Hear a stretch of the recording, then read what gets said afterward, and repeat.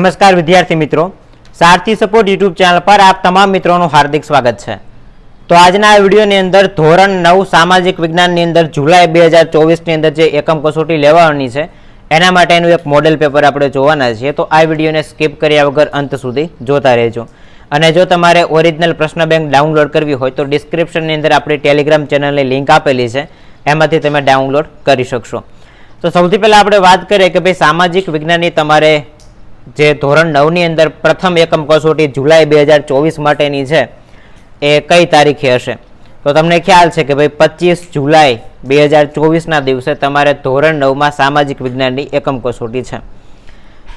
અભ્યાસક્રમની આપણે થોડીક વાત કરી દઈએ તો અભ્યાસક્રમની અંદર અહીંયા મેં તમને જણાવેલું છે કે ભાઈ 15 જુલાઈ સુધીનો જે અભ્યાસક્રમ છે એ 15 જુલાઈ સુધીના અભ્યાસક્રમમાંથી તમારી એકમ કસોટી હશે।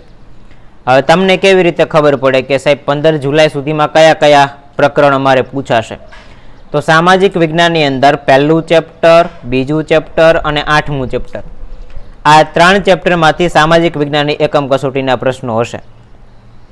25 માર્ક્સની છે અને પ્રશ્નપત્રનું માળખું પણ કંઈક આવું હશે કે ભાઈ વિભાગ એ છે તો વિભાગ એની અંદર 5 હેતુલક્ષી પ્રકારના પ્રશ્નો હશે। હવે અહીંયા મેં તમને એઝ અ નમૂના તરીકે એઝ અ રેફરન્સ તરીકે છે ને થોડાક પ્રશ્નો આપેલા છે, થોડાક ક્વેશ્ચન આપેલા છે, એ ક્વેશ્ચન આપણે એક વખત જોઈ લઈએ।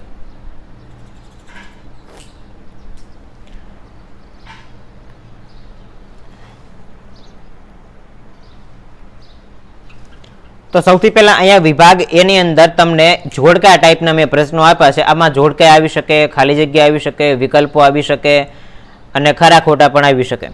તો આપણે જોડકા આપેલા છે તો હું સીધા અહીંયા તમને જવાબ આપી દઉં કે ભાઈ નીચેના જોડકા યોગ્ય રીતે જોડો, કોઈ પણ 5 માર્ક્સની અંદર પૂછાશે।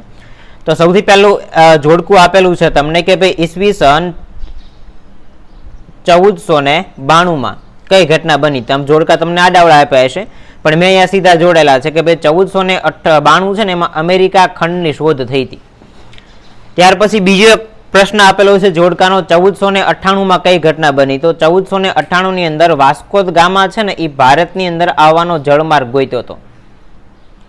ત્યાર પછીનો પ્રશ્ન છે 1914ની અંદર શું થયું હતું? તો 1914ની અંદર પ્રથમ વિશ્વ યુદ્ધ જે છે ને એ પ્રથમ વિશ્વ યુદ્ધની શરૂઆત થઈ હતી, પ્રારંભ થયો હતો। એના પછી અફીણ વિગ્રહ તો ઇંગ્લેન્ડ અને ચીન આ બંનેની વચ્ચે થયા હતા। ખરડા સમિતિના અધ્યક્ષ કોણ હતા? તો એમાં જવાબ આવશે ડોક્ટર ભીમરાવ આંબેડકર। ઉપલું ગૃહ, રાજ્યસભા છે એને ઉપલું ગૃહ કહેવાય અને લોકસભા છે એને નીચલું ગૃહ કહેવાય। તો આમાંથી કોઈ પણ 5 તમને પૂછાઈ શકે, right, as a model paper તરીકે છે એટલે આ ટાઈપનું પ્રશ્નપત્ર હશે। ચલો એના પછી આપણે આગળના ક્વેશ્ચનની વાત કરીએ તો વિભાગ બી છે જેમાં તમારે માગ્યા મુજબ પ્રશ્નોના જવાબ આપવાના હોય છે। અને સૌથી પહેલી વાત કે ભાઈ આમાં તમને ટોટલ 5 પ્રશ્નો લખવાના થશે। કેટલા પ્રશ્નો? તો કે સાહેબ આમાં ટોટલ 5 પ્રશ્નો લખવાના હોય અને 5 પ્રશ્નની અંદર પહેલો જ પ્રશ્ન આપેલો છે કે ભાઈ યુરોપિયન પ્રજાને ભારત આવવાનો જળમાર્ગ ગોતવાની ફરજ શા માટે પડી? આ વિધાન સમજાવો। તો અહીંયા મેં તમને જવાબ પણ આપેલો છે, આપણે જવાબ પણ સમજી લઈએ। 2 માર્કની અંદર પ્રશ્નનો જવાબ છે અને ટોટલ છે એ વિભાગ બી 10 માર્કનો હશે। સૌથી પહેલા આપણે વિધાન સમજીએ કે ભાઈ પ્રાચીન સમયથી ભારત છે એમના આર્થિક, સાંસ્કૃતિક અને આધ્યાત્મિક વારસાના કારણે સમગ્ર વિશ્વની અંદર એક અજોડ સ્થાન ધરાવે છે। અજોડ મતલબ કે જેની બીજી જોડ ન જડે એવું સ્થાન, જેના કારણે ભારતના સાંસ્કૃતિક વારસા અને આર્થિક સમૃદ્ધિને કારણે વિશ્વના ઘણા બધા દેશોની પ્રજા ભારતમાં આવી હતી। ભારતના મરી મસાલા, તેજાના, મલમલ, રેશમી કાપડ વગેરે યુરોપના દેશોમાં ખૂબ જ માંગ હતી અને આ બધી વસ્તુ એવી હતી કે જે ભારતની અંદર ઉત્પાદિત થતી, બીજા કોઈ રાષ્ટ્રની અંદર આટલી બધી ઉત્પાદિત નહોતી થતી। ભારત અને યુરોપ વચ્ચે આવવાનો એક જમીન માર્ગ હતો અને જળમાર્ગ, આ બે માર્ગેથી યુરોપના દેશો સાથે ભારતનો વેપાર થતો હતો અને આ માર્ગના કેન્દ્રની અંદર ટૂંકમાં જે જમીન માર્ગ હતો એ જમીન માર્ગના કેન્દ્રની અંદર તુર્કસ્તાન અથવા તો એક ઇસ્તંબુલ નામનું અથવા તો કોન્સ્ટેન્ટિનોપલ નામનું બંદર હતું અને આ બંદર છે ને એ 1453ની અંદર તુર્કો જીતી લે છે। ટૂંકમાં મુસલમાનોની એક પ્રજાતિ છે કે ભાઈ તુર્કો છે ને આ બંદર જીતી લે છે, જેના કારણે યુરોપવાસીઓ માટે આ બંદરમાંથી ભારતમાં આવવાનો જળમાર્ગ છે ને એ કેવો થઈ ગયો? બંધ થઈ ગયો। અને બીજી એક વસ્તુ કે આ યુરોપવાસીઓને મરી મસાલા, તેજાના, રેશમી, મલમલ આ બધા વગર હાલે એમ નહોતું. એટલા માટે છે એ નવો જળમાર્ગ ગોતવાની ફરજ પડી. આપણો પ્રશ્ન સમજાવાઈ ગયો કે ભાઈ આ વિધાન તમારે સમજાવવાનું હતું.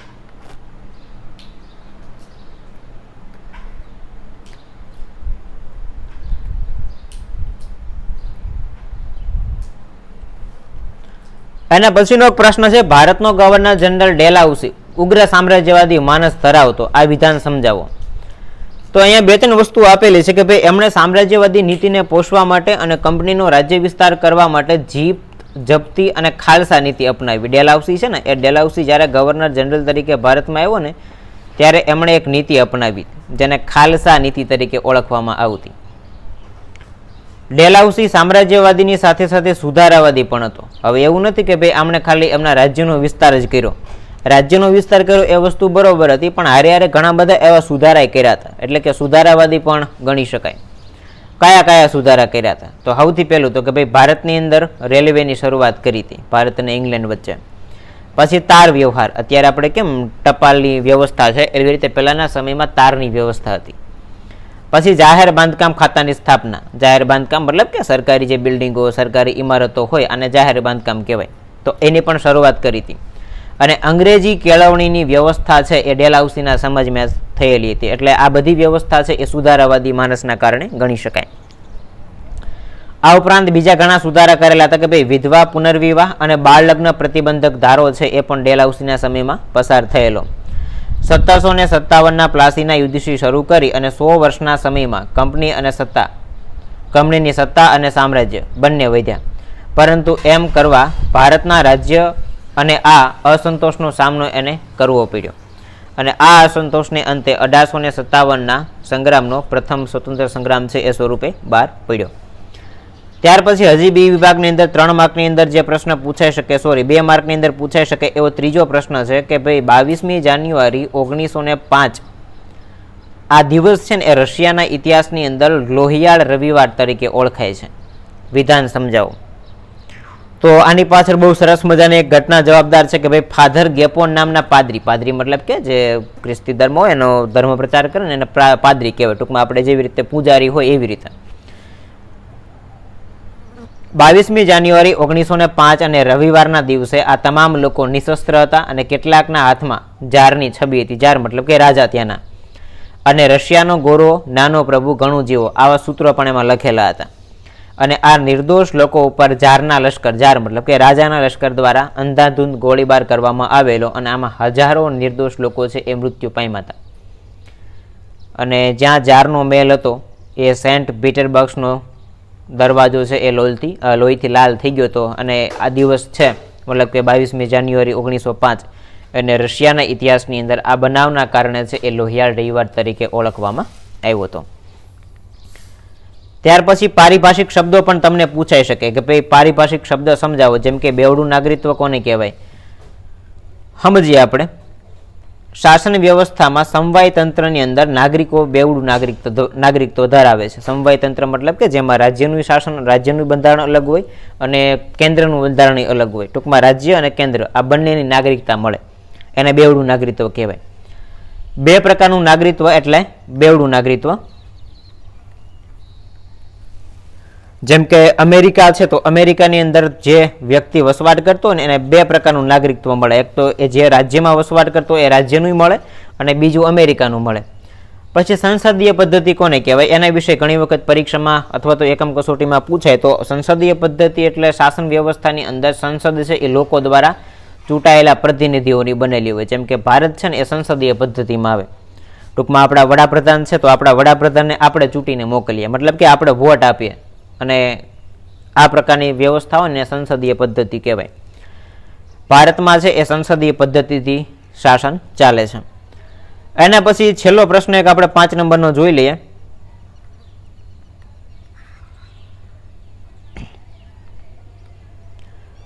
બંધારણમાં સુધારાની જોગવાઈ સ્પષ્ટ કરો. મતલબ કે આપણું બંધારણ છે એ આપણા બંધારણમાં માનો કે આપણે સુધારા લાવવા હોય તો સુધારા થઈ શકે, કેવી રીતે એ સમજીએ.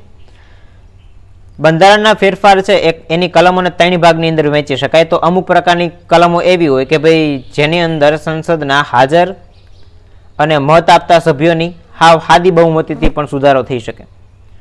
બીજી એક વસ્તુ એમાં આપેલી છે કે ભાઈ અમુક જોગવાઈઓ સંસદના બંને ગૃહોની કુલ સભ્ય સંખ્યાની બહુમતીથી અને હાજર તેમજ મત આપતા 2/3 બહુમતીથી પસાર થઈ શકે, સુધારો ટૂંકમાં થઈ શકે. અને ત્રીજું આપેલું છે બંધારણના અમુક ભાગમાં સુધારો કરવા માટે સંસદના બંને ગૃહોની કુલ સંખ્યાની બહુમતી તેમજ હાજર અને મત આપનારા 2/3 સભ્યોની બહુમતી ઉપરાંત અડધા કરતાં વધારે રાજ્યની વિધાનસભાની પણ મંજૂરીની જરૂર પડે. તો આ 3 જોગવાઈઓ છે આપણા બંધારણની અંદર સુધારો લાવવા માટેની ઉલ્લેખ કરેલો છે. ત્યારબાદ આપણે વિભાગ સી ની વાત કરીએ તો વિભાગ સી ની અંદર તમારે કોઈ પણ 2 પ્રશ્નોના જવાબ આપવાના હોય છે અને એ 2 પ્રશ્નની અંદર 3 માર્કના પ્રશ્નો હોય, એટલે વિભાગ સી છે ને ટોટલ તમારે 6 માર્ક્સનો થશે. પ્લાસીના યુદ્ધ વિશે ટૂંકમાં માહિતી આપો, આવો એક પ્રશ્ન 3 માર્કની અંદર પૂછાય. તો બંગાળની અંદર સિરાજ ઉદ્દૌલાનું શાસન હતું. બંગાળ છે, બંગાળ એની અંદર નવાબ તરીકે, રાજા તરીકે સિરાજ ઉદ્દૌલા છે ને એ શાસન કરતો. પણ આનો સ્વભાવ કેવો હતો તો કે ભાઈ સ્વભાવ આનો ઉતાવળિયો હતો. ઉતાવળિયો મતલબ કે આમ નિર્ણય તરત લઈ લે, અને એ સ્વભાવ ઉતાવળિયો હોવાના કારણે આના કેટલાક વિરોધી હતા. ટૂંકમાં શું હતા તો કે ભાઈ આના દુશ્મનો થોડાક વધારે હતા. કેમ તો કે ભાઈ સ્વભાવ થોડોક વધારે ઉતાવળ માળો હતો એટલા માટે. હવે એ સમયગાળા દરમિયાન બ્રિટિશ ઈસ્ટ ઇન્ડિયા કંપની મતલબ કે અંગ્રેજો, એમણે નવાબની પરવાનગી લીધા વગર, નવાબની પરવાનગી મતલબ કે સિરાજ ઉદ્દૌલાની પરવાનગી લીધા વગર કોલકત્તું છે ને, કોલકત્તું ટૂંકમાં કોલકાતા, એમાં રક્ષણ કરવા માટે એક કિલ્લેબંધી કરી. પરંતુ નવાબ સિરાજ ઉદ્દૌલા છે ને એ શું કરે છે, આ કિલ્લેબંધીને તોડી નાખે છે. અંગ્રેજો એવું કહે છે કે ભાઈ અમે કોલકાતાની રક્ષા કરવા માટે અમે વેપાર કરીએ છીએ, તો અમારા રક્ષણ માટે અમારે આ કિલ્લો છે એને કબજે કરવો, મતલબ કે ફરતે દિવાલ કરવી ને એવું અમે સમજીએ છીએ. કિલ્લેબંધી કરે છે, પણ સિરાજ ઉદ્દૌલા છે આ કિલ્લેબંધીને તોડી દે છે, પાડી દે છે. હવે આ સમાચાર છે એ મદ્રાસ પહોંચે છે. મદ્રાસ એટલે હાલનું ચેન્નઈ. હવે આ સમાચાર ચેન્નઈ ટૂંકમાં મદ્રાસ પહોંચે છે એટલે કોલકાતાની કોઠીની મદદ કરવા માટે છે ને એ રોબર્ટ ક્લાઇવની આગેવાની નીચે ઈસ્ટ ઇન્ડિયા કંપની એક સૈન્ય મોકલે છે કે જાઓ આપણા લોકોની આ વેપાર કરે છે તો ત્યાં આ રાજા છે ને આપણો વેપાર કોઠી તોડી નાખે છે. એટલે રોબર્ટ ક્લાઇવ એનો નેતા હતો, આગેવાન હતો, અને ભારતની અંદર એક લશ્કર મોકલે છે. અને આ ઈસ્ટ ઇન્ડિયા કંપનીનું લશ્કર છે એ શક્તિશાળી હતું, પણ એને એવું લાગે છે કે ભાઈ અમે આ રાજાને હરાવી શકશું નહીં. એટલે રોબર્ટ ક્લાઇવ મતલબ કે આ ઈસ્ટ ઇન્ડિયા કંપનીનો જે પ્લાસીના યુદ્ધ વખતે ભારતની અંદર આવેલો આગેવાન, એ દગાખોરીનો આશરો લે છે. અને દગાખોરીનો આશરો લઈ અને મીર જાફર નામનો એક સેનાપતિ હતો. કોનો તો કે ભાઈ સિરાજ ઉદ્દૌલાનો. એને એવું કહે છે કે ભાઈ તું આ યુદ્ધની અંદર હારી જઈશ તો અમે સિરાજ ઉદ્દૌલાની જગ્યાએ તને રાજા બનાવી દઈશું. સેનાપતિને રાજાનું પદ મળતું હોય તો માની જાય કે ન માની જાય. એવી રીતે અહીંયા મીર જાફર, અમીચંદ ત્યાંના વેપારી હતા, આ બધાને કાવતરામાં સામેલ કરે છે. અને આ પ્લાસી નામના મેદાનની અંદર યુદ્ધ થાય છે. અને 23મી જૂન 1757ના દિવસે છે એ આ યુદ્ધ લડાયું, અને માત્ર અડધા દિવસમાં પૂરું થઈ ગયું, કેમ કે કાવતરું જ હતું, ષડયંત્ર જ હતું. અને આ પ્લાસીનું મેદાન છે ને એ મુર્શિદાબાદથી આશરે 38 કિલોમીટરના અંતરે આવેલું છે. બીજી એક વસ્તુ કે પૂર્વ આયોજન મુજબ, પૂર્વ આયોજન મતલબ કે અગાઉ નક્કી થયું હતું કે ભાઈ અમે તને છે એ રાજા બનાવી દઈશું. એટલે મીર જાફર છે યુદ્ધની અંદર હારી જાય, સેનાપતિ હારી જાય છે, એટલે યુદ્ધ માત્ર છે એ અડધા દિવસની અંદર પૂરું થઈ ગયું. અને આ યુદ્ધથી અંગ્રેજોને શું મળ્યું તો કે ભાઈ 24 પરગણાની જાગીર મળી. પરગણો મતલબ કે એક પ્રકારનો વિસ્તાર, આપણે જેવી રીતે અત્યારે હેક્ટર ને વીઘામાં ને એમાં માપીએ, એમ 24 પરગણાની મતલબ ગામડા એ સમયના 24 જેટલા ગામડા મળે છે. અને મીર જાફરને બંગાળનો નવાબ, આ મીર જાફર કોણ છે તો કે ભાઈ સિરાજનો સેનાપતિ, એને રાજા બનાવે છે. આમ પ્લાસીના યુદ્ધથી ભારતની અંદર છે એ કંપની સત્તાનો પાયો નખાયો હતો. ત્યારબાદ હજી એક પ્રશ્ન અહીંયા આપેલો છે, અને એ પ્રશ્ન છે રશિયન ક્રાંતિ. ફટાફટ આપણે જોઈ લઈએ. રાજકીય પરિબળોમાં રશિયાની પ્રજા ઝારશાહીના દમન નીચે કચડાતી. ઝારશાહી મતલબ કે ત્યાંના જે રાજા હતા ને એને ઝાર રાજાઓ કહેવાતા. એટલે આ ઝારશાહીના દમન નીચે કચડાતી. અને 1917ની અંદર રશિયામાં ક્રાંતિ થઈ, જે એક અગત્યની ઘટના ગણાય છે. રશિયામાં વંશ પરંપરાગત રીતે બધા જ ઝાર રાજાઓ આપખુદ અને નિરંકુશ હતા. મતલબ કે શાસન હતું રાજાઓનું, પણ કેવું વંશ પરંપરાગત, અને બધા આપખુદ. આપખુદ મતલબ પોતે જેમ કે એમ શાસન ચાલે. અને નિરંકુશી મતલબ કે કોઈનું માને નહીં આવા.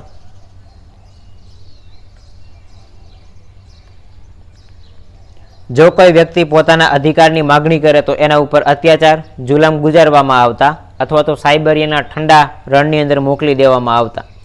ફાધર ગેપોન નામના એક પાદરી છે, એમના નેતૃત્વ નીચે એક સરઘસ કાઢવામાં આવે છે અને આ સરઘસની અંદર લોકો જારના નિવાસસ્થાન મતલબ કે ત્યાં પહોંચે છે અને આ લોકો કેવા હતા? નિશસ્ત્ર હતા, કોઈ પણ હથિયાર હતા નહીં. અમુકના હાથની અંદર રાજાની છબી હતી જેમાં રશિયાના ગૌરવ નાનું પ્રભુ ઘણું જેવા આવા સૂત્ર લખેલા હતા અને રાજા દ્વારા આ સૈન્ય ઉપર અંધાધૂંધ ગોળીબાર કરવામાં આવેલો અને એમાં ઘણા નિર્દોષ લોકો મરી ગયા હતા અને જેનાથી આ સેન્ટ પીટરબર્ગ નામનું મહેલ છે ને આખો લોહીથી લાલ થઈ ગયો હતો. એટલે રશિયાના ઇતિહાસની અંદર 22મી જાન્યુઆરી 1905 ને લોહિયાળ રવિવાર તરીકે પણ ઓળખવામાં આવે છે. ટૂંકમાં રશિયાની ક્રાંતિ જે હતી ને એનો જ એક ભાગ છે.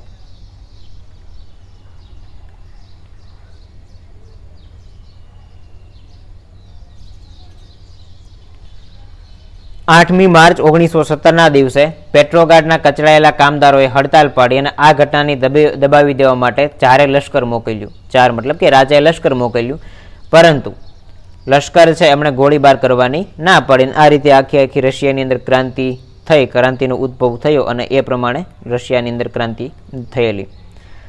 આના પછી છેલ્લો એક પ્રશ્ન વિભાગ ડી ની અંદર 4 માર્કની અંદર કોઈ પણ એક પ્રશ્ન લખવાનો હોય છે, તો એની અંદર એક પ્રશ્ન આપ્યો છે તમને કે ભાઈ પ્રથમ વિશ્વયુદ્ધ માટે જવાબદાર પરિબળો જણાવો. પરિબળનો મતલબ થાય કારણ. શું થાય? પરિબળનો મતલબ થાય કારણ. અહીંયા ઘણી વખત તમને પરિબળની જગ્યાએ કારણ શબ્દ આપ્યો હોય ને તો એ લખી નાખવાનું કે ભાઈ આ કારણો કે પરિબળો એક જ થાય. રાઈટ. અહીંયા ફટાફટ આપણે જોઈ લઈએ. ડિટેલમાં અત્યારે સમજાવતો નથી કેમ કે વિડીયો થોડોક વધારે લાંબો થઈ ગયો છે. જોઈ લઈએ. સૌથી પહેલાં લશ્કરવાદ છે, આર્થિક પરિબળ છે. આવા 2-3 પરિબળો, 4-5 પરિબળો જવાબદાર હતા કે જેના કારણે આપણે એવું કહી શકીએ કે ભાઈ પહેલું વિશ્વયુદ્ધ થયું છે. તો આ રીતે તમારે આખું જે જુલાઈ 2024 માટેની સામાજિક વિજ્ઞાનની એકમ કસોટી છે, એકમ કસોટી આ રીતની આવશે. વિડીયો પસંદ આવ્યો હોય તો લાઇક કરી દેજો. ચેનલને સબસ્ક્રાઇબ કરવાની બાકી હોય તો સબસ્ક્રાઇબ કરી દેજો.